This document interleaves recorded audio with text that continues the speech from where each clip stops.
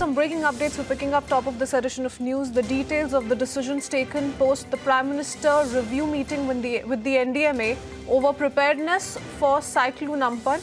Now, the ferry services have also been suspended across all districts of West Bengal in the wake of approaching Cyclone Amphan. In fact, West Bengal districts of East Madnepur, South and North 24 Parganas, Havra, Hooghly, Kolkata are likely to be the worst affected due to the cyclone. The cyclone will cause heavy to extremely heavy rainfall in coastal districts of West Bengal.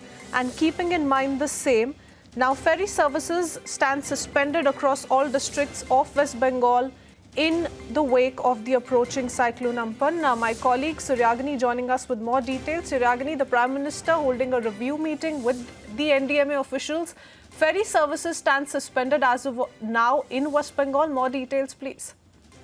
Well, absolutely. As you correctly pointed out, the West Bengal government has decided to suspend all ferry services across all districts of West Bengal in the wake of approaching Cyclone Amphan. Now, what we need to understand is that the cyclone is a very severe cyclone. That is what we are understanding as of yet. But in a probability, it might turn a super cyclone. Now, the last time we faced a super cyclone was in 1999, and that hit Orissa, and it was one of the worst hit cyclones in Asia, in South Asia at least.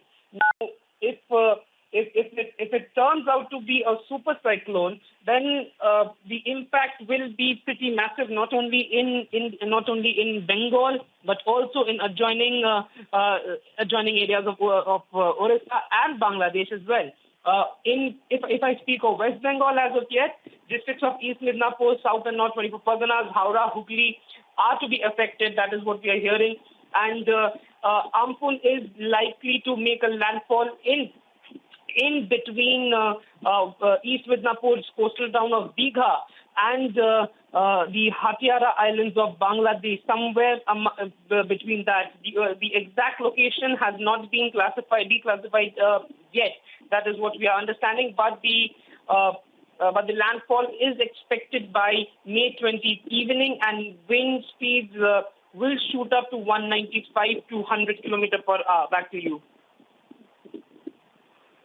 All right, the landfall expected on 20th of May, but I want to understand from you, Suryagini, the other preparations that have been made, because remember, Odisha and West Bengal are likely to be the most affected as far as Cyclone Amphan is concerned. Other measures that are being taken by the West Bengal government, especially as far as NDRF deployment is concerned?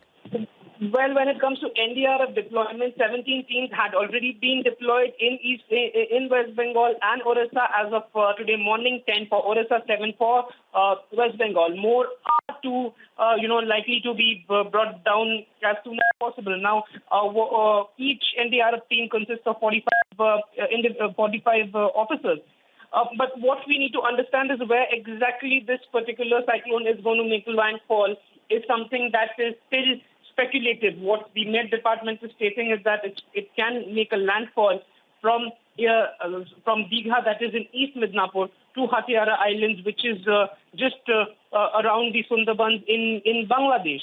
Now, that is a massive zone, but the impact will be mostly on this entire massive zone that I just spoke about. But the exact location of the landfall has not been told as of yet.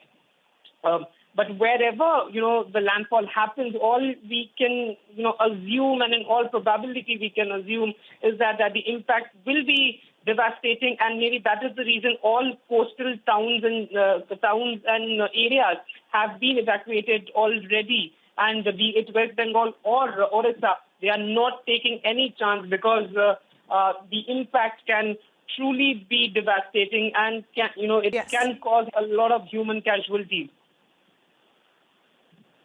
Yes.